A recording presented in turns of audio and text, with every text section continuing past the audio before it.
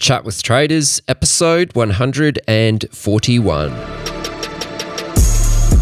This is your key to the minds of trading's elite performers, those who profit in relentless markets. Here on the Chat with Traders podcast, you'll hear about the skill sets and tactics that lead winning traders to win, so you can level up and become a better trader. Here's your host, Aaron Fifield.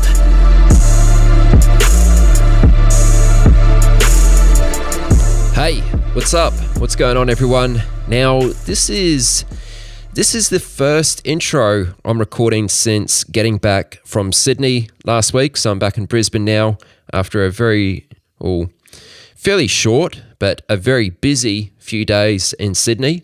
Yeah, so while I was down there, I hosted a live podcast, which you probably heard me hyping up on the past few episodes.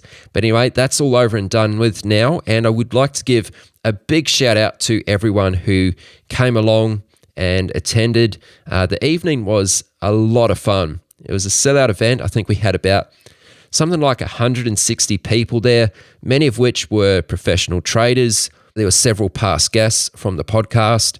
There was a few brokers in the room. There was even some of the higher ups from a couple of the prop firms in Sydney.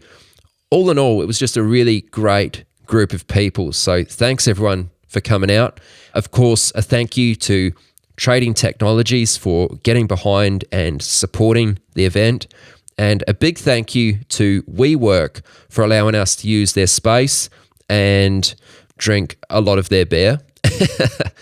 Now, this episode, just like the past couple of episodes, is sponsorship free. So with that being said, I'm going to say a quick word for EdgeWonk. EdgeWonk is a product which I'm an affiliate for because I think it's a great tool that does help many traders. In fact, I know a few traders personally who it has helped. You know, it's certainly helped their performance. So EdgeWonk is pretty much a trading journal. It gives you plenty of metrics and analytics to help you monitor and improve your performance, kind of showing you where you're making money and where you're losing money, etc. It does have a lot of really great features, so it's much more than just a trading journal. Obviously, I don't have time to go through all those features right now, but you can find out much more about EdgeWonk, its features, etc. at edgewonk.com.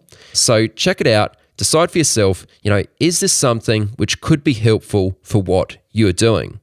Also, when you do visit edgewonk.com, which is spelt edgewonk.com, you can start a free trial. So you can try it out. If you do like it, be sure to purchase a license and use the code TRADERS to save $20. Okay, that's most important. Use the code TRADERS to save $20 on any license. All right. Now, let me tell you about what's coming up on this episode. My featured guest is hedge fund manager Erik Townsend. So I'm sure some of you will already be quite familiar with Erik, in particular the macro investing crowd, because Erik hosts the Macro Voices podcast. That's right, Erik is a budding podcaster. Erik has a pretty interesting story and some interesting experiences about what's led him to where he is now. You'll hear all about this in just a moment. But other big talking points we cross off include how Erik uses the concept of the fourth turning and major cycles to guide his macro outlook, and one possible scenario for the future of cryptocurrencies. I'm sure some of you won't like what you hear, but I think it's well worth listening to. Macro's not really my thing, as I expressed a couple weeks ago, but to be honest, I found this conversation with Erik to be really fascinating. So I hope you'll agree with me and get something out of this also. In case you are wondering, this conversation was recorded on the 17th of August, 2017. All right, well, I'm going to end this right here. Here is my guest, Erik Townsend, for episode 141. Microphone is good. And 1, 2, 3, Mark, I'm rolling. Okay, cool. Anyway, Erik, what were you doing before you got into trading? Let's hear a little bit about that.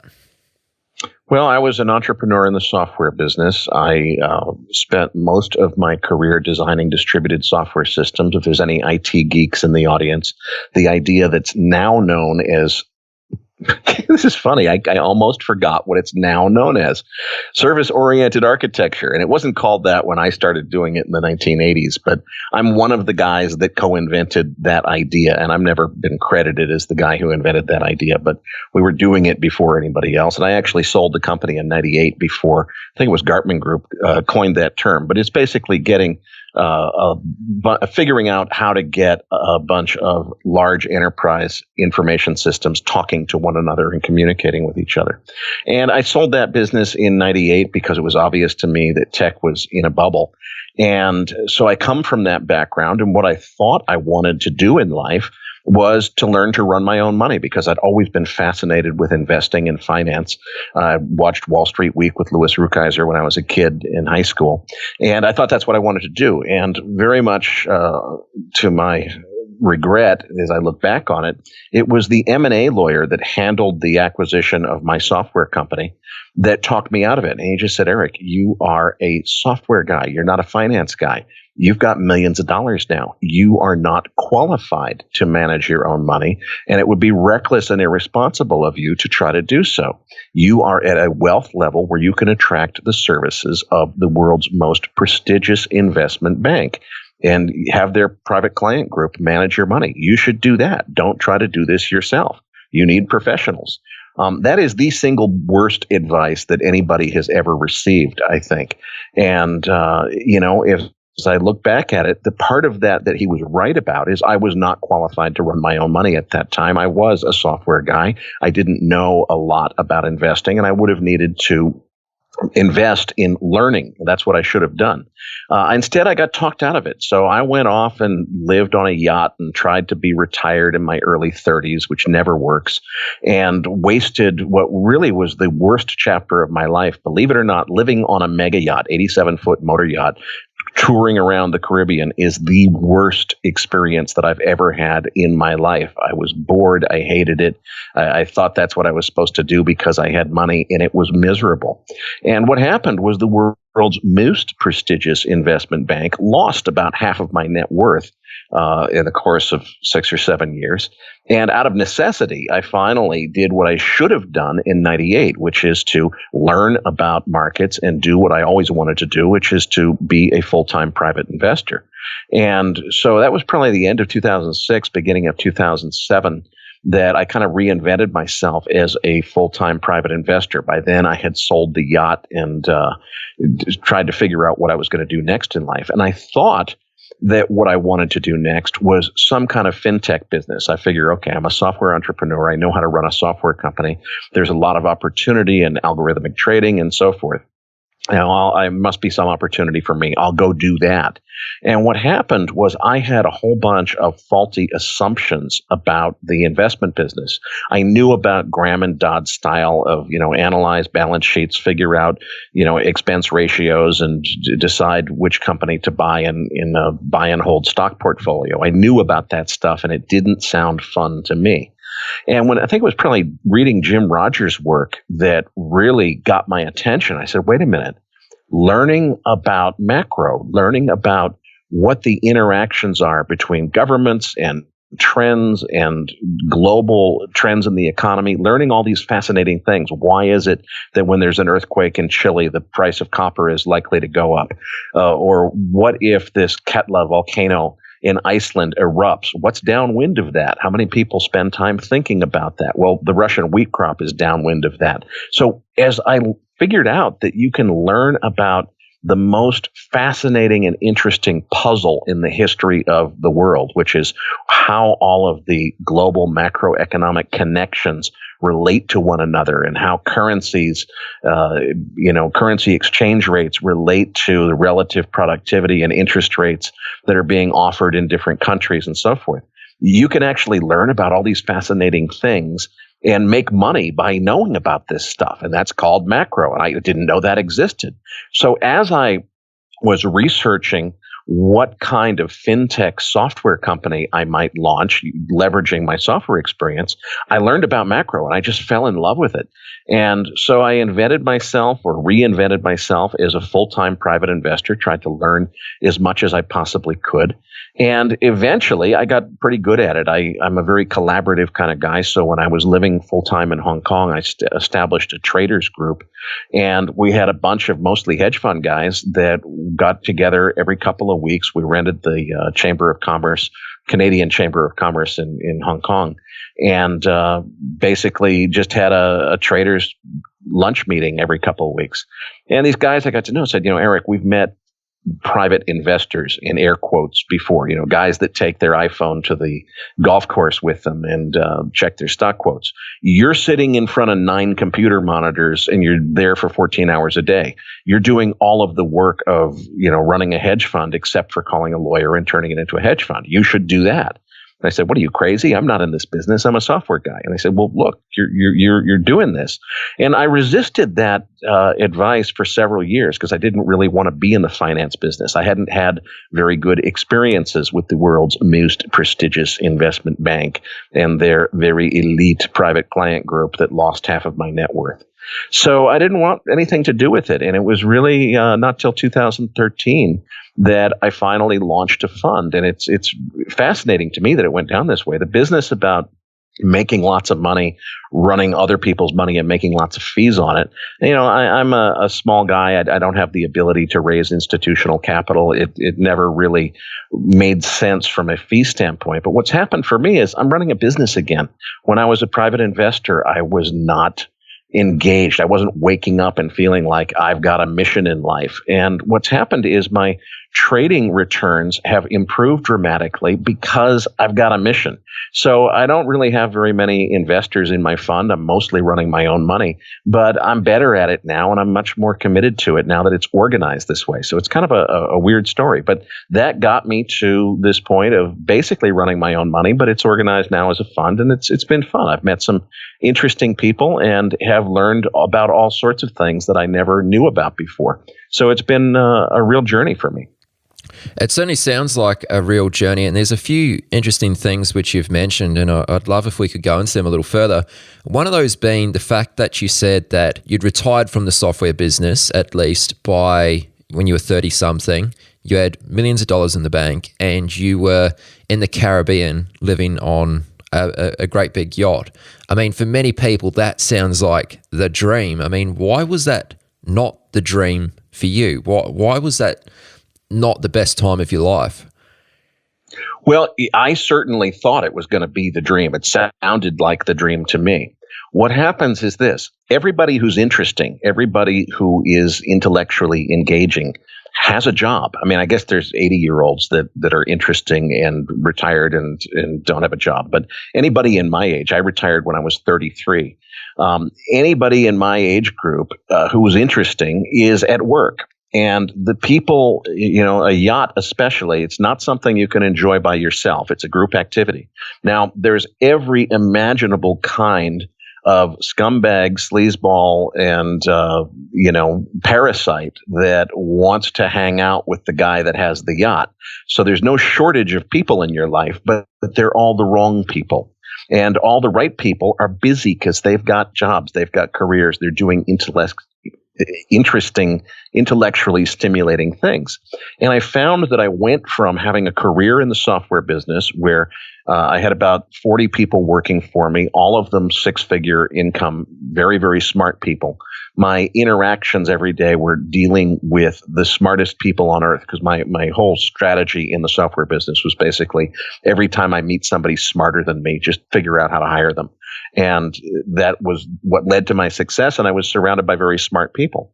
And now all of a sudden, I'm a multimillionaire, and the only people that I know, the personal network that I have, are waiters and bartenders in restaurants because I eat out a lot. and I don't know anybody who's interesting anymore.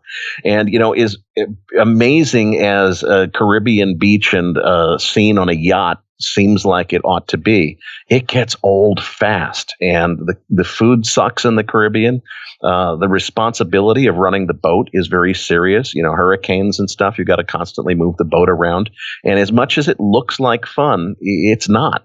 And so I very quickly tired of that. It also takes a lot longer to sell these things than it does to buy them. And so getting rid of the yacht was probably the best thing that ever happened in my life.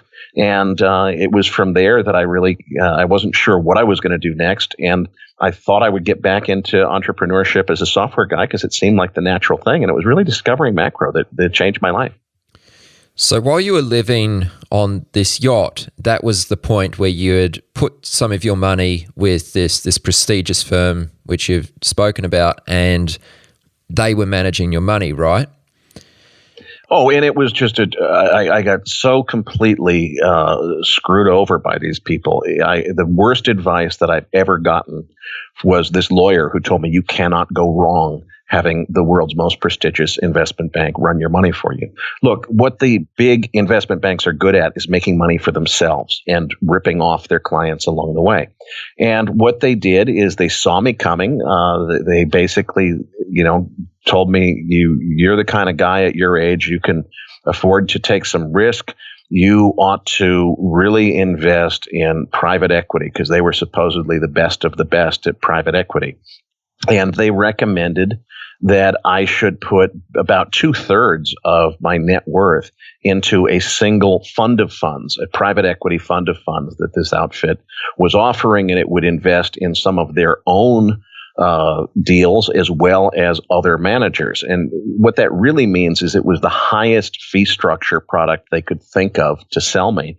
And at that point, I was not an investment professional by any stretch of the imagination, but I knew the basics. I said, wait a minute, put 2/3 of my money into just one investment? What about diversification?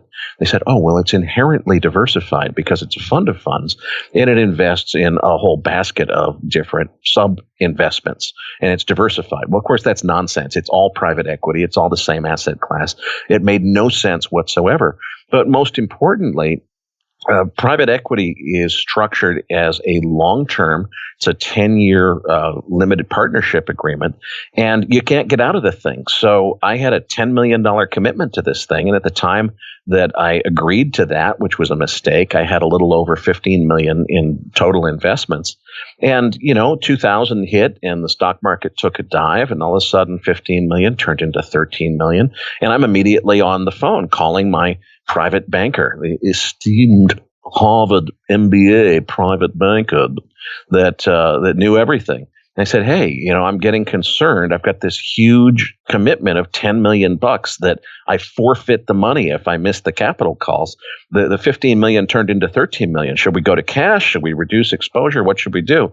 He says, oh, no, you want to stay with the investment. Don't make the mistake of panicking and getting out on a bottom. You want to keep all of your money invested. Well, what that really meant is they want all of my money invested in their high fee structure S&P type of fund, which is basically an index fund with a very high fee structure.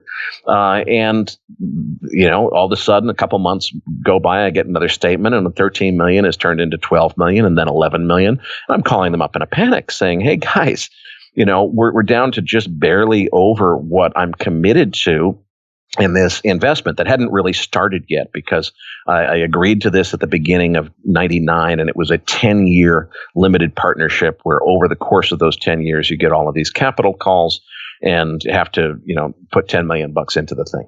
And they said, no, don't worry because, sure, you're only at 11 million right now, but, that'll turn around. And more importantly, these things, they never really draw down all of the money until they start distributing. There's an overlap there. You're not going to have the full 10 million drawn down at the same time. You've got absolutely nothing to worry about, were the words that they told me. And I said, boy, this does not feel good to me. But they're the experts. My lawyer told me I cannot go wrong with the world's most prestigious investment bank. Well, another year or so goes by, and they call me up one day and say, hey, you don't have enough money in your account to cover this capital call. What do you want to do? I said, what do you mean? What do I want to do? You're running my money on a discretionary basis. I agreed to let you guys do this because my lawyer talked me out of doing it myself. I never would have gotten into this. I've called you 5 times and said, why are we not going to cash with my remaining investments so that we have enough money to fund this? You told me, quote, you have absolutely nothing to worry about. And my private banker, the Harvard MBA, said, oh, well, we don't have that in our notes. And one thing these people are very good at is they keep very, very detailed notes that may or may not reflect what really happened in the conversation, but they're very well equipped to defend themselves in a lawsuit.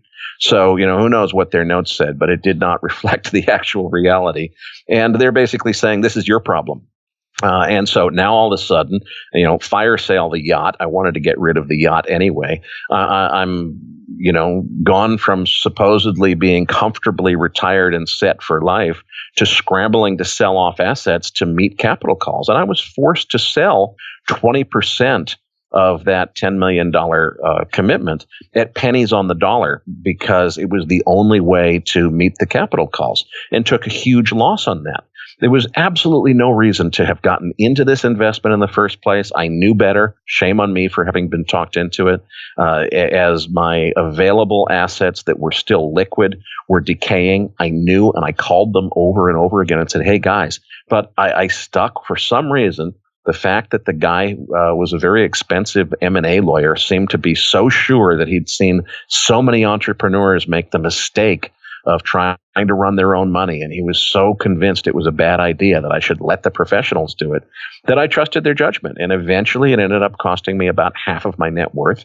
And the other thing that was amazing, it's a 10-year private equity fund from 1999 to 2009. That's 10 years. Well, as of this day in 2017, I still haven't gotten all my money back out of this stupid thing because as a result, supposedly, of 2009, which admittedly was not a good time to be liquidating that kind of investment, they extended the 10 years. I didn't see in the fine print that they don't really have to give the money back when the 10 years is up. And maybe that made sense for a couple of years, but they tried to just stretch it as far as they could to make more fees out of it. And to this day, it is still not fully closed out. And I didn't make anything, especially after having to liquidate 20% of it at pennies on the dollar. The whole pitch that I had gotten was supposedly they were anticipating a 21% annualized return, and supposedly never in the 150-year history of the world's most prestigious investment bank had they ever underperformed their estimated returns for one of their special investments. And well, they certainly did in this case. So, my message to anyone is, if someone is telling you shouldn't be running your own money because you're not qualified to do it, they're probably right. You're probably not qualified, but you're better off learning to do it and qualifying yourself than trusting the private wealth management business. Certainly the private wealth management business of the major investment banks. I think that the good guys in the private wealth business are running smaller shops. They're not the big investment banks. Yeah, that's an interesting comment, and I can only imagine how frustrating that must have been for you. I mean, I can't believe you still don't have all your money out of that, considering you first entered into the arrangement in 99. I mean, you're not wrong. They certainly are trying to drag that out. It's an interesting comment you make because, you've taken responsibility for your own money now and you're managing your net worth yourself. You're also taking it very seriously. Like, this has become your full-time job now. For someone else who might not want to make it their full-time job, but would like to do something, let's say they have a bit of cash in the bank and they'd like to do something with that instead of having it just sit there. I don't really know how to best word this question, but what do you suggest in that situation where someone wants to do something, but they're maybe not prepared to make it their full-time job? Is that still a viable thing to do? It is viable, but I think that the immutable rule is what I call the Schweger doctrine. And I call it that for just Jack Schweger, who's written a lot about it in his books, which is you've got to find your passion. You cannot do this investing stuff as a job you don't like, but you've got to do it for money because you will fail at it. You've got to figure out what makes you passionate. And if you're the Graham and Dodd style guy that's just turned on by balance sheet ratios, good for you. I couldn't do it all day. If I tried to, I would fail at it. Figuring out macro, understanding the interactions between nations and what makes the world tick is so fascinating to me that I just can't get enough of it. And there are certain themes, which we can talk about if you want, that really have captivated my attention. And those major themes that have to do with what the world is going to be like and how the rest of what I expect to occur in the world for the rest of my lifetime is so fascinating to me that I don't do this because I need to make the money. I've gotten back to where I started, where I'm comfortable enough to be retired, and I've got enough money to get back to where I was before I met the Harvard MBA at the world's most prestigious investment bank in 1998. So I don't have to do this. I do it because it is so much more fun than living on a mega yacht in the Caribbean. It is so interesting to just be on top of markets and to see what's going on, and particularly to see how this fourth turning is playing out. I just interviewed Neil Howe myself last week, the author of the book, The Fourth Turning, which is one of my favorite investing books of all time. And it is so interesting to me just to wake up every day and think about where we are at this moment in history and what's coming next. You've got to figure out what you're passionate about. And I don't think it makes sense, regardless of whether you've got millions of dollars or hundreds of dollars. It doesn't make sense to risk it on something that you're not committed to, that you can't do with passion, so that you are just attracted to it for the sake of doing it, regardless of making money at it. Okay, now we're going to speak about the fourth turning very shortly, but just before we get into that sort of thing, I feel as though I really need to ask you, how did you begin to come to grips with understanding macro? How did you start learning about this stuff? Because, you were a software guy, you retired from that business, you kind of took a hiatus for a while, and then you've decided that you're going to get into managing your own money. The macro approach has really appealed to you. How did you actually start learning how to implement and properly do the research and that sort of thing, which is involved with global macro trading?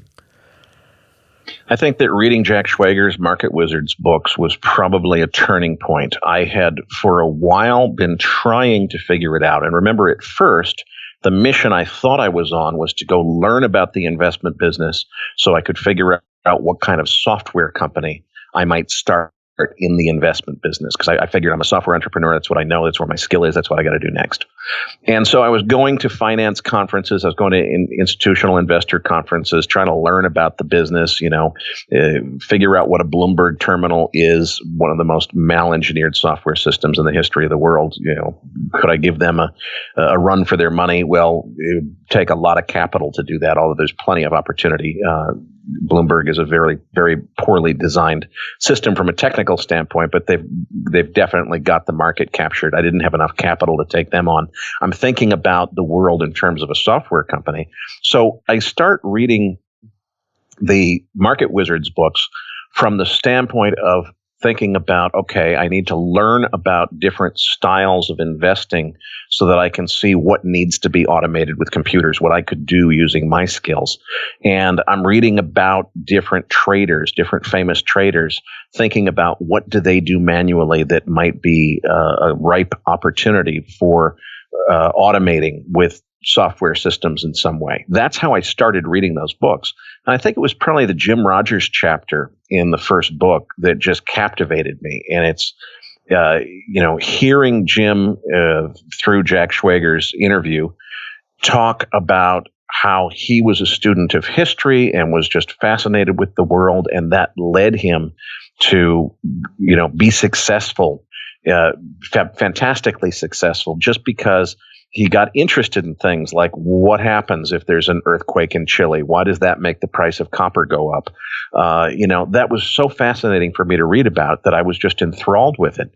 And I started thinking, well, maybe I should try to learn about that. And macro is something that I think that the downside to it is it's one of the hardest strategies. It's not something, if you want to do, momentum trading or, trend following or something, you can read a book like the Turtle book. I forget the name of the guy, Michael Koval or something. It's a 120-page book. You read the thing cover to cover, and you know how to do the strategy that he embraces. Macro is really learning a whole lot about what makes the economy work. It's lots and lots of books about economics. I don't think it makes any sense for anybody to invest the time and energy to learn all about it unless, as was the case for me, every time you pick up the next book, you're so fascinated you can't put it down. And so I think it really is a question of finding what's that thing that resonates with your personality that says, this is what I got to do. And I don't know of any better way of finding that than reading all 4 of Jack Schweger's Market Wizards books. And I'd say the first read, if it's somebody who's new to this and they're not sure what they want to do, don't worry if you understand the details. You're reading about merger arb or something and you don't know what that means. It's not important. Listen to the style that each one of these traders that Jack interviews exhibits, how they describe the way they do things, and figure out what resonates with your personality. Once you figure that part out, and for me, it was guys like Jim Rogers that I really felt a connection to. And once you figured that out, then you start going and reading more about how to do that strategy and what's involved and so forth. So essentially, a lot of what you know about macro today is being very much self-taught in some ways. Like, of course, you've got the information through books and doing your own research and that sort of thing, but it's not like you've had someone kind of holding your hand or guiding you through the things. A lot of it's kind of been very, self-discovered, right? Yeah, it's self-discovered, and I think you've got to have an addiction to reading about it. I don't think anybody has enough energy to go read enough every day to be competent in macro unless they have some personal satisfaction from that reading. I couldn't possibly do what I do if it was a job that I was doing just because I make money at it. I do it because I can't wait to read the next article that teaches me something fascinating about the world that I never knew before. And there are aspects, to really take a classical definition of global macro. You've got to trade currencies. You've got to trade interest rate swaps. There's sort of a list of things that make up macro. I really give it a broader definition. To me, what macro means is understanding as much as I can about what makes the world work and what major trends are going to affect the future. So I get interested in things like fourth turnings and peak cheap oil and the international monetary system because I see that they're going to play a really important role in economic history in coming years. And that makes it fascinating for me. So, it probably is not the most strict interpretation of the phrase global macro, but frankly, I don't think anybody has a strict interpretation. The way to be successful in investing is figure out what you're good at and what relates to your personality or resonates for your personality and what you enjoy doing, because you've got to have, the only way you can have edge is to work harder at this than the next guy does. And the only way that you can, as far as I'm concerned, have the drive and determination to do that is if you truly find it enjoyable and rewarding and fascinating every step of the way. Now, you've mentioned fourth turning a couple times. So fourth turning capital management, I believe that's the name of your fund, and I believe it's, of course, not just some arbitrary name. What's the significance of this? Would you mind just telling us a little bit about this concept of the fourth turning? Sure. Well, I guess as I first started learning about long wave business cycles, and this was after I got interested in macro in general, I was reading about Nikolai Kondratyev, who was a Russian economist, who was, I think, the first guy to figure out that there's a long wave business cycle. A lot of people know about the 5 to 7 year business cycle that people talk about, where you kind of go through a boom and bust. Well, think about those as little waves on the ocean. Little waves are occurring on the surface of much larger swells, and the swells in this case are about an 80-year long wave cycle. And Kondratiev wrote a lot about it. This was, I don't know, it was 40 or 50 years ago, I think, that Kondratiev wrote about this. The guy that really modernized it is Neil Howe, who wrote the book The Fourth Turning. And it was actually co-written by Howe and William Strauss. Strauss is now deceased, so I think of it as Howe as the author just because he's the guy who's still alive. I had the pleasure of interviewing him recently. So essentially what he's figured out is that history comes in about 80-year cycle. That's the period of the waves. And those waves can be broken into roughly 4 different seasons. So think of it like seasons of the year. You know what a winter is like, you know what a summer is like, you know what a spring and a fall are like. History comes in these seasons that Howe calls turnings. And there are very clear patterns in American history as well as history of other countries that these seasons kind of drive everything. So there is, each one of them has a number and a name in Howe's book, but the one that we're in right now is called a fourth turning. And the fourth turnings are the crisis periods. The Spanish Revolution was one. The next one after that was the American Revolution. The next one after that was the Civil War. The next one after that was the Great Depression and World War II. The next one after that is the one that we're experiencing currently. And Howe wrote about how these things are all predictable. They happen about every 80 years. And a fourth turning is where you have the really difficult times where major institutions break down and get replaced. And that was the case of the pound sterling being defeated as the previous de facto world currency, being replaced after World War II with the U.S. dollar. Of course, the Great Depression, World War II were the major events of the last fourth turning. And then in second turnings, which are about 40 years off, that's when you have the major awakenings, which are cultural and spiritual. So in this current cycle, the last fourth turning was World War II and the Great Depression. The second turning would have been the 60s and, free love and the whole changing of social attitudes that occurred around the 60s and early 70s. Well, we're now, ever since 2008, which is when Howe figures that this present fourth turning started, they last about 22, 23 years. So this one will continue until about 2030. And this is the crisis period. And unfortunately, one of the things that we learn from studying history is that these things tend to start with something that seems like the big deal. So, for example, the last fourth turning started with the stock market crash and the Great Depression. And everybody said, well, yeah, fourth turnings are times when there's really bad stuff going on. We're having the Great Depression. That's really bad stuff. So we know what the bad stuff is for this fourth turning. Well, of course, what they didn't know at the time is that the Great Depression was the opening act and that actually World War II was yet to come. And that was going to be the really difficult experience that the world went through in the last fourth turning. And unfortunately, that probably means that the great financial crisis that began in 2008 was the opening act. That's the thing that's equivalent in this fourth turning to the role that the Great Depression played in the last fourth turning. That means that, World War II or its analog has yet to come yet. Now, I absolutely am not predicting World War III because I think that in this age of nuclear weapons, world war is pretty much an impossibility. If it does happen, it goes nuclear, civilization ends, and everybody's dead.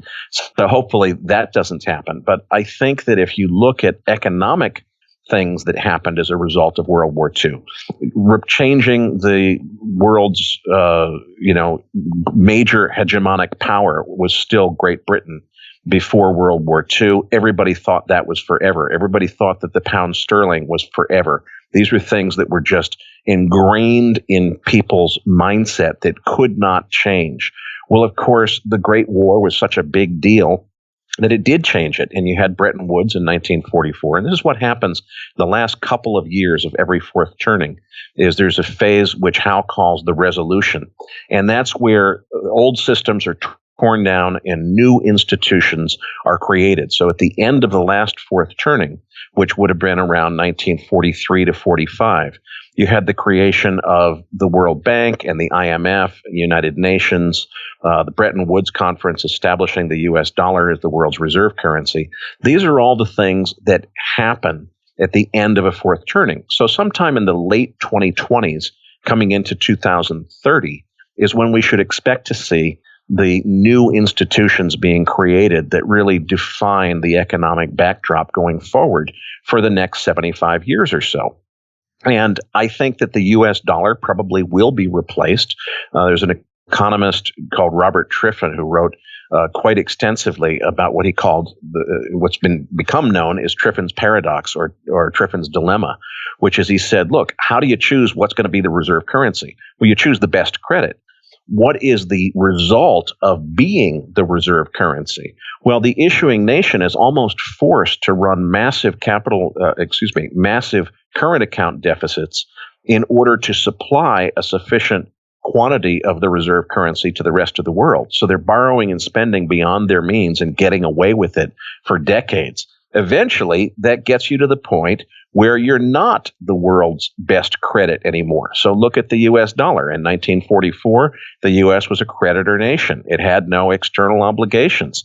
Now we are not only not a creditor nation, but we're the greatest debtor nation in the history of the world. This all has to come to a head at some point, Triffin predicted. And he said any country that becomes the issuer of the reserve currency will eventually lose that status because having that status causes you to do things that make your currency no longer suitable. So, if you look at all of the things that are likely to go on, if you have an understanding that where we are in history is in a fourth turning, we're only about halfway through it. It ends around 2030. And a lot of really major things will probably be reset and redefined by 2030. Well, what are the likely candidates? It's very easy to see. Is the US dollar going to stay the world's reserve currency forever? Is the US Treasury bond still going to be the safest investment on earth as it's perceived by almost everyone in institutional finance to be today? Probably not. If you look at the massive, massive debt that the United States Treasury has accumulated, we continue to get away with it because we're the reserve currency, and that creates such an external demand for U.S. dollars that there's something that was actually French finance minister at the time, later president of France, Valéry Giscard d'Estaing, said back in the 1960s, which is the U.S. has this exorbitant privilege, he called it. And the exorbitant privilege was referring to the U.S. having the ability to basically just borrow as much money as it wants and go into debt almost for free, because where other countries that were not reserve currency issuer would pay a penalty for that excessive borrowing, as reserve currency issuer, there's so much external demand for U.S. dollars, the U.S. could get away with it. Well, if we have been able to get away with $20 trillion of treasury debt without anything going broken in the night, and we get away with that because we are the reserve currency issuer, what happens when we're not the reserve currency issuer anymore? And at the same time, look at something like $200 and something trillion of unfunded liabilities in the form of Social Security and Medicare and so forth. We've been able to get away with having these systems that it's been known for 30 years that Social Security would go broke in the 2020s sometime. Well, of course, it's no coincidence that that is toward the end of a fourth turning. So at some point, if you look at the most important social contracts that we have in society, it's pensions and entitlement programs. We tell all of the hardworking people of the world, look, you've just got to work hard, pay your taxes, and don't worry, because there's this retirement system, a pension system, and don't worry, there's really smart finance guys like us who are in charge of it. You can trust us, really. We're going to make sure that you're going to be able to enjoy your retirement and everything's going to be fine because you're going to be taken care of. Well, what's happened is because we don't think about demographics and the fact that there's this worldwide baby boom. It's biggest in the United States, but the baby boom exists in other countries around the world in roughly the same decades. we've got this huge demographic overhang of, it used to be that all of these systems, there were far more people of working age paying into them than there were people of retirement age that were drawing down from them. We're going into a time frame right now. The baby boomers are hitting 70 and retiring. We're right now transitioning to where there will be more and more retiring baby boomers drawing down from Social Security, and a smaller number of millennials who are paying into the system in order to finance it. So we've got these systems like Social Security and a lot of defined benefit pension systems that are basically Ponzi schemes. They have to fall apart. And those promises that have been made to all the hardworking people of the world that they were going to have all these defined benefits and everything's going to be great, those promises will be broken. There's no way around it. Well, what happens when those promises are broken? People are going to be pissed off. They're going to revolt. How is that going to happen? It will probably be violent in a lot of places. Eventually, sometime by about 2030, we've got to get through this as a civilization and figure out what we're going to do. Are we going to, super tax the people that are still working so we can take care of paying out the benefits to the people who are retiring? Are we going to tell the people who are retiring, hey, it was on your watch, guys, that, you might be 70 now, but you were 40 when the 60 Minutes TV show first broadcast the special about how Social Security was going to go broke by 2020. And you didn't do anything about it because you thought that was forever and you didn't have to be worried about it. Well, now the piper has to be paid, and so you're not going to get your benefits. There's going to be huge, huge social divides, and you're already seeing it, with what's going on now in the United States, how the political left and right, which used to be able to air their differences and, go to a cocktail party and you could disagree with the guy who was in the other party, but you could still be civilized. Now we've got riots in Charlottesville and all these crazy things going on. It's going to get much worse. And the reason it's going to get worse is because these institutions like Social Security are not going to be able to make good on their commitments. Meanwhile, the Treasury debt is going to reach a point. For the last 3 presidents, we've had this plan of basically the United States in every presidential cycle over the course of 8 years doubles the national debt. You cannot exponentially double the national debt every 8 years indefinitely. Eventually, it blows up. When do these kinds of things blow up? History teaches us in the second half of a fourth turning, and that's the next 10 years. So it's going to be a really interesting ride. One of the things I want to just end this point on fourth turnings about that Howe emphasizes, it's not necessarily a bad thing. It's a necessary thing. It's going to be a really unpleasant ride for the world, I think, for the next 10 years. But this is how history takes major injustices, like the fact that we've got way too much debt and that we have these unfunded systems. And basically, they all culminate together into a really big problem, and then it gets solved. And that solution paves the way for prosperity for the next several decades. So we're going to go through some really difficult things over the next 12 years. And eventually, hopefully, as we go into the 2030s, we will have solved our problems and we'll have a new era of prosperity ahead of us. But right now, we're in the home stretch for what's going to be some really hard times. Wow. Glad you asked. Yeah, absolutely. So I have a few questions. Obviously, I've just been sitting here patiently. 80 years, where does that number come from? Like, why 80-year cycles? The theory that Howe has, and I don't think Kondratiev had an answer. He came up with about the same number, and he didn't know why. Howe has the theory that it has to do with, it's basically a long human life cycle. And the idea is we learn from our mistakes. We also learn from our parents' mistakes because we saw them being made when we were kids. But we tend not to learn from our grandparents' mistakes because we were either not old enough or not around or whatever. And certainly our great-grandparents' mistakes, that's so far behind us that, we end up repeating all of those mistakes because we didn't learn anything. He has a theory that each generation, he has this idea that the seasons in the economy are really driven by generations of people, and that each generation has a personality. And he has archetypes that he defines. And he says, There's a prophet archetype, which is what the baby boomers fall into. And they have certain characteristics because they were, if you look at the baby boomers, they didn't live through World War II and the Great Depression. So each generation is defined by what it just missed. The baby boomers didn't go through all of that hardship, whereas the silent generation that came before them, they grew up during World War II and they knew what it was like. So I look at my father, who's of the silent generation.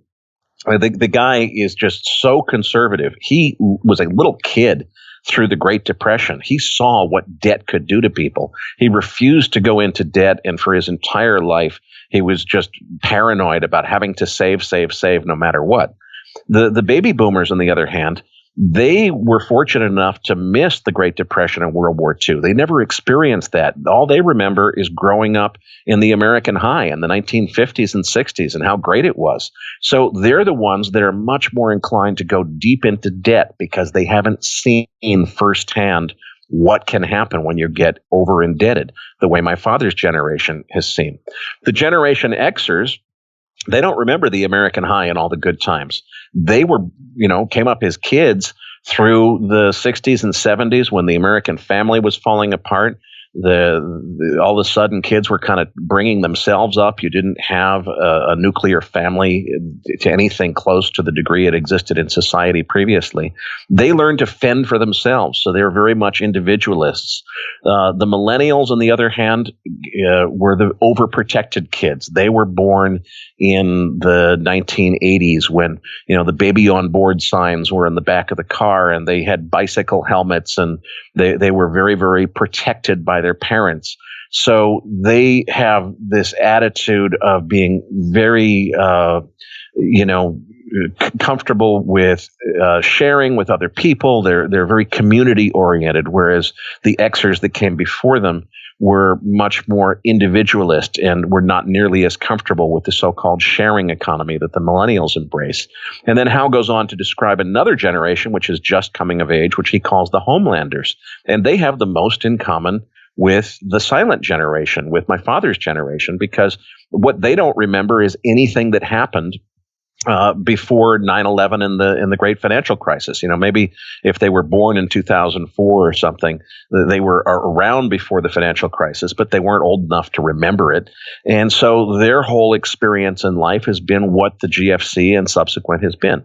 So he basically says that the major events in history define the personality of these generations. And I just interviewed him on my podcast last week. So for anybody who's interested, there's a full hour-long interview with Neil Howe where he does a much better job than I do of explaining these concepts. Okay, I can kind of see how that might make sense. One thing I'd like to put forward is the things which drove the markets, hundreds of years ago. Have they fundamentally changed from what drives the markets now, though? Like, wouldn't that throw off the 80-year cycle? Well, I think it's a totally different game. A mistake you don't want to make is to say, oh, well, it was a Great Depression, financial crisis, followed by a world war, so that has to happen again. That's not the point of the fourth turning. The point is, this is the time when people lose faith in institutions, major institutions that were never questioned before, like the pound sterling being the reserve currency or Great Britain being the world's largest hegemonic power.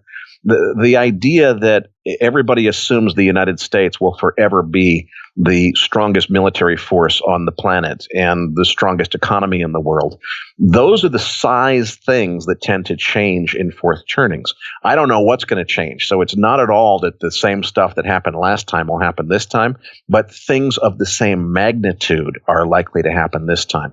The things that I look at specifically is really the whole pension crisis. What's going to happen demographically with entitlement programs and government pensions and so forth. You've got one set of problems in the United States. The welfare system in Europe exposes European governments to a huge amount of vulnerability. It's different in different places, but the same theme exists around the world. Another one that I look at a lot is energy and a concept that I call peak cheap oil, which has to do with where we're going to get energy in coming years. And, the world's not running out of oil. We're not going to not have any more. But what happens is you end up, the days of just drill a hole in the ground and oil comes out and it's simple, those are gone. We've already found and exploited those energy resources. Right now, shale is the big thing. At some point, shale will play out, and probably deep water will be the next thing after that. At some point, that'll play out, and who knows what's next, whether it's tar sands or deeper water or Arctic deep water, I don't know. But we'll go through waves of new technology being required in order to produce energy. And each new wave of technology comes at cost, and that means that the cost of energy in the economy becomes greater. At the same time, that's being offset with the advancement of technology because, you don't have to travel as much, and a lot of things can happen online, and a lot of collaborative technologies, video conferencing and so forth, reduces the necessity of business travel. So there's a lot of different trends that need to kind of be resolved as we go through this fourth turning and figure out what the next era is going to look like after this. So I think that it's not a question of the same thing happening. It's I think Mark Twain said, history doesn't repeat, but it rhymes. It's not at all that we're going to have the financial crisis followed by the World War. It's that we're going to have major institutions that people assume are never going to change do get changed, and they get changed in ways that nobody ever predicted, and it paves the way to a new form of society. The other thing that I do think is, again, just as every person has their own personality, every generation has its own personality. It's not going to be the same as last time, but what we do see is the individualism that I was brought up with. I was born in the 1960s, and it's all about freedom and peace movements and so forth. And people were rejecting authority. What's happening now, probably because we're afraid of terrorism or whatever, is the new generation that's coming up, which Howe calls the Homelanders. They're very, very accepting of more government control, more authority. Millennials tend to be just as comfortable, if not more comfortable, with socialism than they are with capitalism. Whereas if you go back 40 or 50 years, if you even mentioned socialism in a favorable context in the McCarthyism era, you could get thrown in jail for that in the United States. These days, Bernie Sanders almost had the nomination for president. And a lot of millennials really think that socialism is a better system of government. So assumptions that we had on the level of whether or not a liberal democracy is the right way to run a government are subject to change. And I think that we're going to see a whole new world in the next 20 years.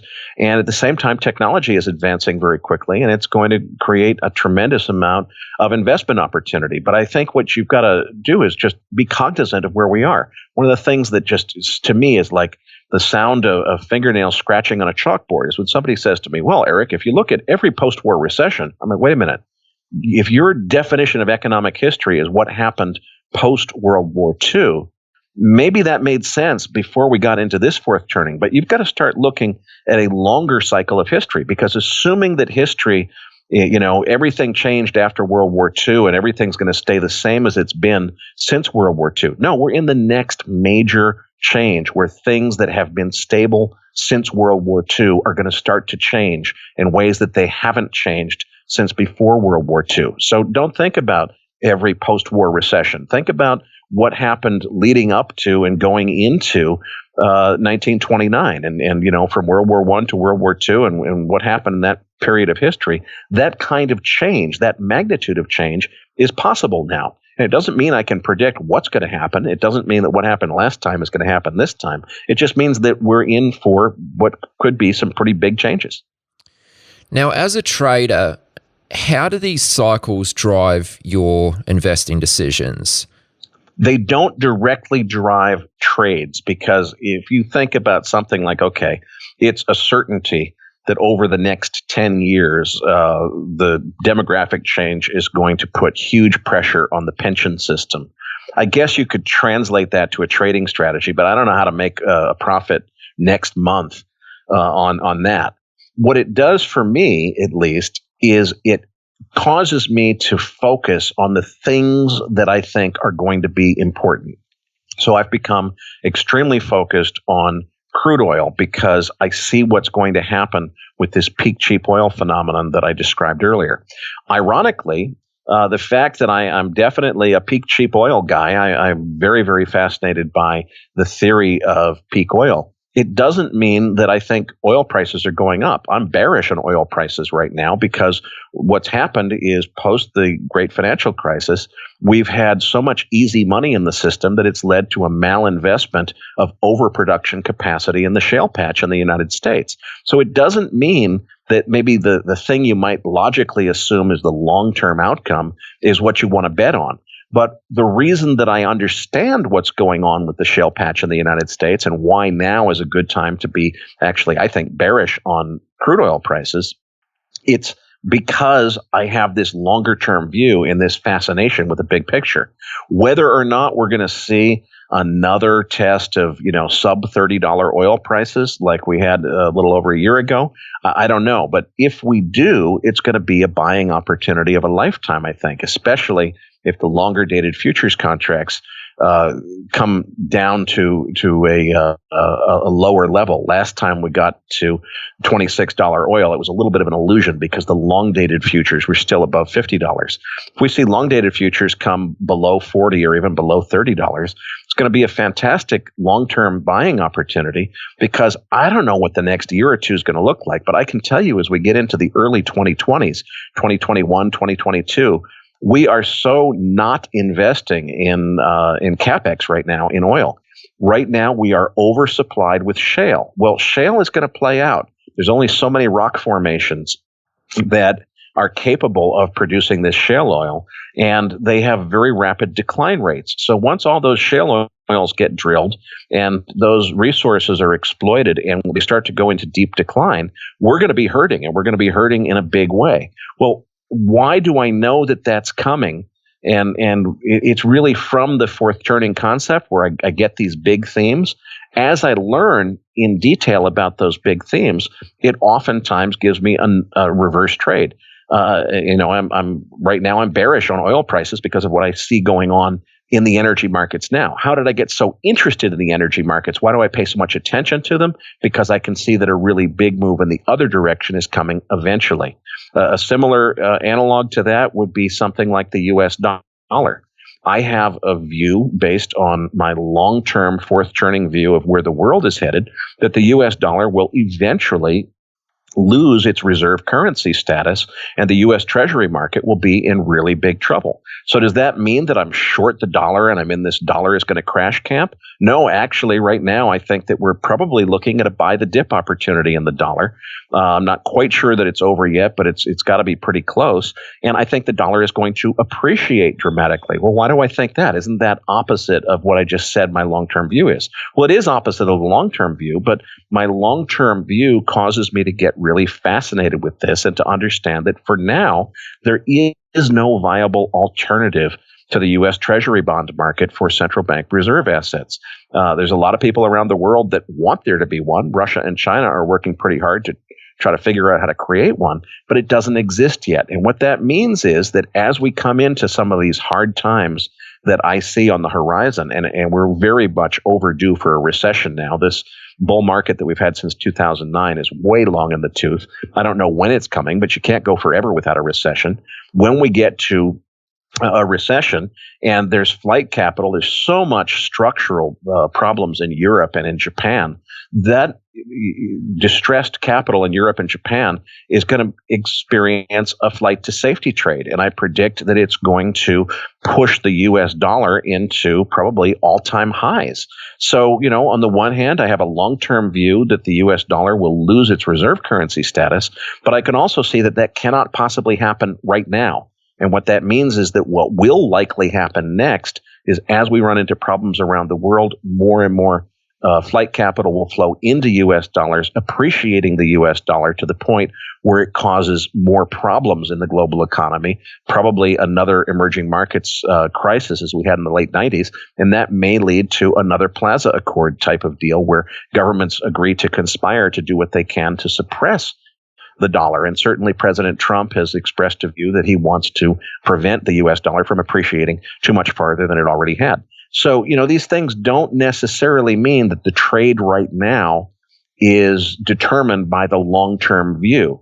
But the long-term view is what tells me which markets are fascinating and which markets are most important to pay attention to. And then as I get into learning more and more about those markets, I develop where's the trading strategy. And so my macro view now is bullish U.S. dollars, although we've been in I was long U.S. dollar index futures. I've gotten out of that trade just because we've had this big downdraft. I'm not sure if it's over yet. At some point, I'll get back into long U.S. dollars. Someday I'll be long crude oil, but right now I'm short crude oil. So I learn about the markets that are most interesting from my long-term fourth turning view. But what I learn about them teaches me which way to place my bets. And that's something that is in a much shorter time cycle than the long-term view.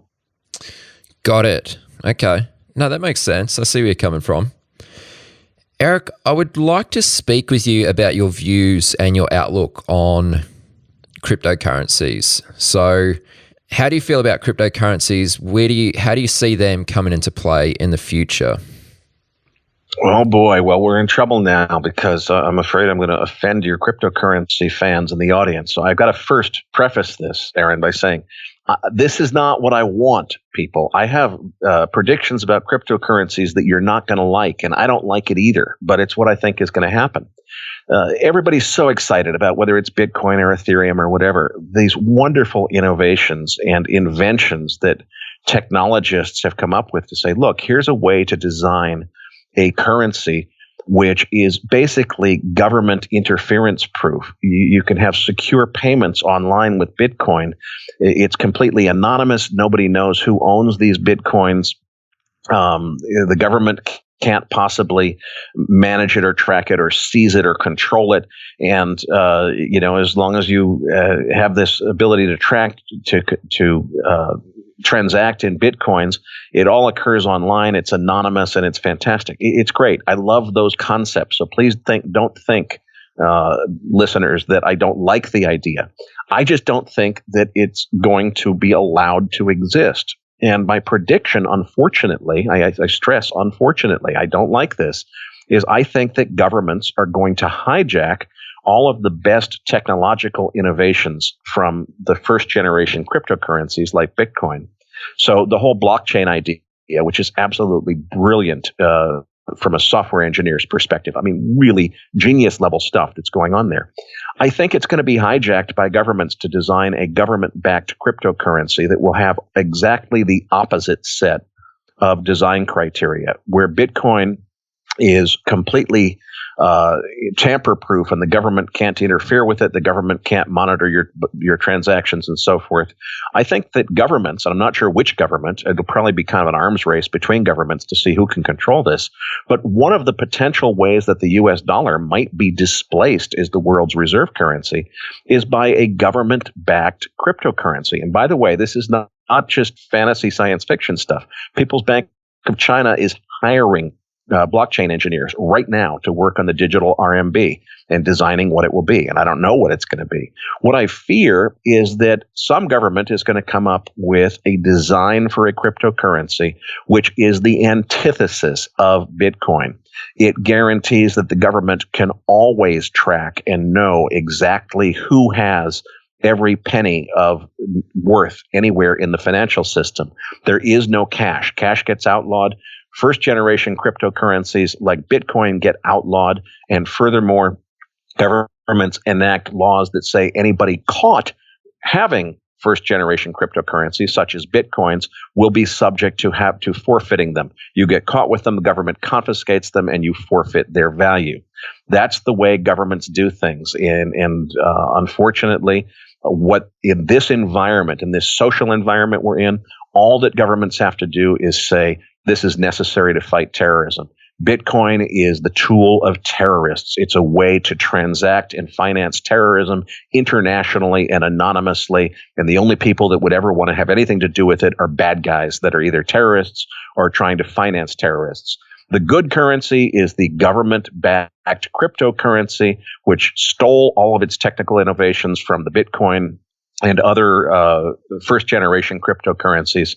But what it does is it says in order to have a wallet, that wallet has to be registered with a government someplace, and any wallet that's not registered is subject to forfeiture, and the government knows exactly how much you've got, exactly when you got it, who you got it from, and they might even have the ability to claw back transactions. So imagine that news story that came out a couple of years ago where the guy in Texas sells his pickup truck to a car dealer, perfectly innocent transaction. It's got his plumbing, the guy was a plumber, and it's got the advertising for his plumbing business on the door of the pickup truck. Somehow, some way, that pickup truck finds its way to Iraq, and there is ISIS fighters with a machine gun mounted on the back of this thing, and they're going around and killing people with this guy's pickup truck. Imagine the government saying, okay, we want to punish ISIS. We're going to unwind that transaction. And now all of a sudden, the poor guy in Texas doesn't have the money in his bank account anymore because they've decided that pickup truck never should have been in the hands of ISIS fighters. Well, he didn't do anything wrong. My prediction is he would have to fight to get the money back because just the way the chargeback system works for anybody who's a MasterCard or Visa merchant, first the money is gone from your merchant account, and then you get to contest it and try to fight to get it back if you're willing to put the effort into doing it. So this whole business of IRS, having to chase you down and figure out where your offshore bank accounts are, they won't have to do it anymore. It'll all be online. They'll be able to seize your bank account, freeze your accounts with a click of a mouse, probably without a court order. I don't like any of this, folks, but if I think about what's likely to really happen, governments will figure out that Bitcoin is every bit as much of a threat to them as it was designed to be. And it was designed to be a threat to them. It was designed to give people the financial freedom and independence of not being subject to the overreach of government. Government doesn't see it as overreach. They see it as their calling, as their mission, as their duty. And they, in this social environment, can very easily get away with just about anything by saying it's necessary in order to fight terrorism, to outlaw Bitcoin, outlaw Ethereum, and instead have a cryptocurrency which is designed and built by governments for governments to give the government complete and total control over everything. And anybody who doesn't like it is automatically assumed to be a tax cheat or a terrorist or someone who wants to finance terrorists or something. I don't like any part of that story, but I think that is far more likely to play out in real life than this pipe dream that libertarians have, that, Bitcoin's going to change everything and everybody's going to go to Bitcoin and we'll be able to have all of this free commerce occur online and the government won't be able to tamper with or interfere or tax it. That's not going to happen. The government's going to outlaw this stuff because it's not in their interest. It's in the people's interest. Government doesn't do what's in the people's interest. Government does what's in the government's interest. And I fear that the best innovations of Bitcoin will be stolen and hijacked by governments to build something. I call this new cryptocurrency the Orwell, because that's really what it is. Now, you obviously speak to a lot more macro traders than I do. Has anyone you've spoken to share a similar view on this subject? On cryptocurrencies specifically, since I espoused that view on my podcast, I've heard from several people who are blockchain engineers who've said, we basically resigned ourselves to this idea at least a couple of years ago. A lot of people in the cryptocurrency space have a similar view, but they see it differently than I do. I fear that what I just described could be inevitable. The way that a lot of people in the cryptocurrency space see it is they say, okay, we know this is coming. We're going to have to think about competing. If the government introduces the official cryptocurrency, which is government backed, and they're telling people that only bad guys would ever want to deal with Bitcoin, how do we, if we're the Bitcoin side of this, position ourselves to compete? And they think of it in terms of, if you are selling the benefits, if it was a free choice of, do you want to you got to get out of US dollars because there's not going to be cash anymore. Are you going to get into Bitcoin, or are you going to get into the Orwell, which is what the government's telling you to get into? Here's why you should get into Bitcoin. So I think there are a lot of people in the cryptocurrency space who see the threat of a government-backed cryptocurrency that has all of these features that are designed to control and tax people, as opposed to features that are designed to protect people from excessive government control. They see it coming. They see it as a threat, but they're thinking about it in terms of how they compete with it. What I fear is they won't be able to compete with it because it will be just outlawed by government. And unfortunately, if you look at everything that's going on in society, when the government announces that something is bad and it's the tool of terrorists, it gets outlawed and very few people push back on it. So I think that if there is a chance to not have the Orwell take over as the government imposed cryptocurrency, it has to be through some kind of marketing campaign where the Bitcoins and Ethereums of the world sell the message to people that, look, we don't need the government to control our lives and to be able to tax everything. It's better to have free commerce. It's better to have a Bitcoin type of currency than an Orwell type of currency. I hope they can be successful enough, but you've got to win over enough people to overcome the government's ability to just outlaw the other currencies. I hope that they can succeed at doing that, but that's the place where I've heard about it from other people, is people in the cryptocurrency space thinking about how they're going to organize their messaging to sell the general public on the idea that a government-controlled cryptocurrency is a bad idea and a private cryptocurrency is the right thing. Sounds pretty frightening. It is frightening, and unfortunately, this is what happens with these cycles in history, is the time, and you've got to be careful if there's any lesson I've learned. I was born in 1965. My generation was brought up in public school to think that our job was to question authority and to not let the government push us around and abuse our rights. That's not what they're teaching in grade school today. And you've got to understand, even if you feel, I'm 52, if you are my age and you feel like that would never happen because the people would never tolerate it. Well, wait a minute. You and I and the rest of our generation might not want to tolerate it, but younger generations are starting to be brought up to really believe that, socialism is better, greater government control. It's more important to do something about enforcing on and dealing with tax cheats and bringing people who cheat their taxes to account than it is to have financial freedom. That mindset is not something that resonates naturally to my generation, but we're not going to always be in charge. And there are other generations that feel very differently. So my message to anyone is, don't just think about how you feel about these things. Talk to other people in other generations, and how would they vote if the government is saying that in order to cope with tax cheats, in order to deal with these filthy rich 1%ers who are not paying their fair share, we've got to eliminate cash, eliminate first-generation cryptocurrencies like Bitcoin, outlaw them, and instead have a government-sponsored cryptocurrency which allows the government to make sure that those nasty 1%ers are not getting away with cheating on their taxes the way they have been for too long. You and I might say, wait a minute, that's BS. A lot of people would say, hey, that's welcome. Let's get the government going on that so that we can do something about those nasty 1%ers, whoever they are. And it's really not 1%ers. The true 1%ers, which are really about 1/10 of 1%, know how to game the system. They're going to be taken care of no matter what. In terms of economic freedom for the rest of us, I'm afraid that we're in a generational period where the government will likely be able to put an end to things like Bitcoin. Right now, it's not big enough to cause any problems, but I'm afraid that it's going to be outlawed eventually. So when you talk about a government-backed cryptocurrency, are you talking about, just as an example, just the US government has like the equivalent of US dollars as a cryptocurrency, or are you talking about government-backed in the forms of like, I don't know, several countries involved in this, having one like maybe not global, but kind of universal?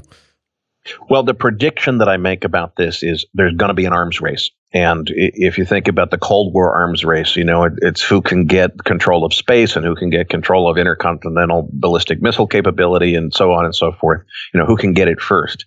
I think that the arms race will be between the private cryptocurrencies and government backed, and it will also be consortiums of multiple nations. I think that China and Russia are probably already working together on this, because China and Russia have been working together on this de-dollarization idea that Sergei Glaziev, who's a Russian scholar and an advisor to Vladimir Putin, have espoused, that they need to try to use whatever influence they have to get people to stop transacting in U.S. dollars, so that the U.S. stops having this exorbitant privilege of being able to go into debt for free. I think that the outcome is unknowable, but it just as the outcome of the arms race was unknowable. But there's going to be an arms race. It's going to be a realization, just as at some point somebody figured out, wait a minute, if you've got control of space, which means that you've got satellites in orbit that could drop a warhead on any spot any minute. You've got suddenly there's a space race, and supposedly it was about landing a man on the moon for the sake of humanity. It was really about, let's develop space technology for military benefit, and both the U.S. and the Russians were doing it. I think that what people are going to figure out, both the private cryptocurrencies as well as governments around the world, is they're going to say, wait a minute, the U.S. dollar cannot go on forever. Robert Triffin was right in the 1960s when he said that eventually the U.S. dollar had to be displaced by something else as the world's reserve currency. At the same time, you've got a lot of pressure from governments around the world right now that they want to ban cash. And they want to ban cash for one reason, which is, not fighting terrorism and so forth. That's the one that sells well to the public. The one that they really want to ban cash for is it enables negative interest rates as a monetary policy tool. The reason for that is if you have cash, you try to go to deeply negative interest rates, it creates a financial incentive for people to hoard cash, which could cause a run on the fractional reserve banking system. You can overcome that problem by outlawing cash. So governments want to outlaw cash. They see this as the future. What's going to happen is, just as there was that aha moment where somebody said, wait a minute, whoever controls space is basically top dog military. They've got unlimited power over everybody else. They're going to say, wait a minute, whoever figures out the cryptocurrency that could replace the U.S. dollar as the world's reserve currency, whoever that is just in an incredible position of advantage. We've got to figure out how to make it be us. So I think that whether it's, the Ethereum people from a private cryptocurrency standpoint, or Russia and China working together, U.S. government seems to be slow to get to the game here, but eventually they'll figure it out. And they'll say, no, the U.S. dollar has to be the world's reserve currency forever. We just need to turn it into the digital dollar, which will have this new feature of being completely trackable for the sake of fighting terrorists and tax cheats, because those are the bad guys that the public will resonate with and want to help the government to fight. The fact that it's really to be able to monitor and control all of your financial transactions, they're not going to tell you that. But it has to be the U.S. dollar, because the U.S. dollar is the center of the world. This is going to be an arms race, and I think that you'll see competing technologies. The U.S. government looks like it's going to be slow to join the game in terms of trying to develop a government-sponsored cryptocurrency. At the same time, they have more money than anybody else. So once they figure out that they're late to the game, they'll probably spend a whole lot trying to develop it. The private cryptocurrencies are going to make the very good argument, the very valid argument, that it makes much more sense to put your faith in something like Bitcoin, which is mathematically safe. It's not controlled and governed by anybody. It's designed in a way with open source software where you can independently verify that it is safe, and it's a way to transact business that is immune from any government's interference. That if you're a libertarian, you're just loving that story. The thing is, libertarians are considered nut jobs by most of society. The idea that the government should be able to monitor and control everything for the greater good of humanity in order to fight terrorism and tax cheats, that resonates with the majority of the population. That's what they're going to vote for. And I think the private cryptocurrencies are going to do everything they can to educate people to see it a different way. I wouldn't be surprised if Russia and China, one of the angles I've thought about, I haven't really figured out the details, is Russia and China collectively have enough gold between them that they could do a government-sponsored cryptocurrency that differentiates itself from other cryptocurrencies by having some kind of gold backing behind it. So it's a combination of a gold-backed currency and a cryptocurrency that enables a cashless society and online transactions and so forth. Another question that you have to ask yourself is, suppose you're not the U.S. government, but you're one of the smaller governments, let's say Russia and China. Do you go down the whole path that I described of the Orwell, the currency which is totally controllable by governments? Or do you say, wait a minute, if we're Russia and China and we try to do that, the U.S. is going to do one that's probably going to beat us? What if we take if you can't beat them, join them approach? What if we partner with the Ethereum guys? And by the way, Putin already met with the Ethereum guys, so stuff's happening in this space. What if we partnered with them and it was government backed, and so that kind of gives it credibility? But rather than fight the private guys, at least for now, in the first generation, we'll go ahead and get on board with this privacy thing so we can sell it to the people who respond to that message, and we'll try to assert it that way. Are they going to do that, or are they going to go the approach of monitor and control everything for giving the government more control? I don't know. There's an argument that clearly governments always want control if they can get it.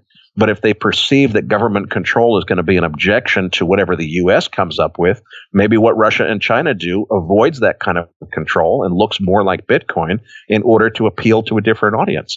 At some point, I think before this fourth turning is over, by 2030, we're going to have a showdown, and we're going to get to figuring out what the cashless could even turn into a global currency, but the replacement for the U.S. dollar as reserve currency is going to look like. And I think it's a completely open game. The arms race has just begun.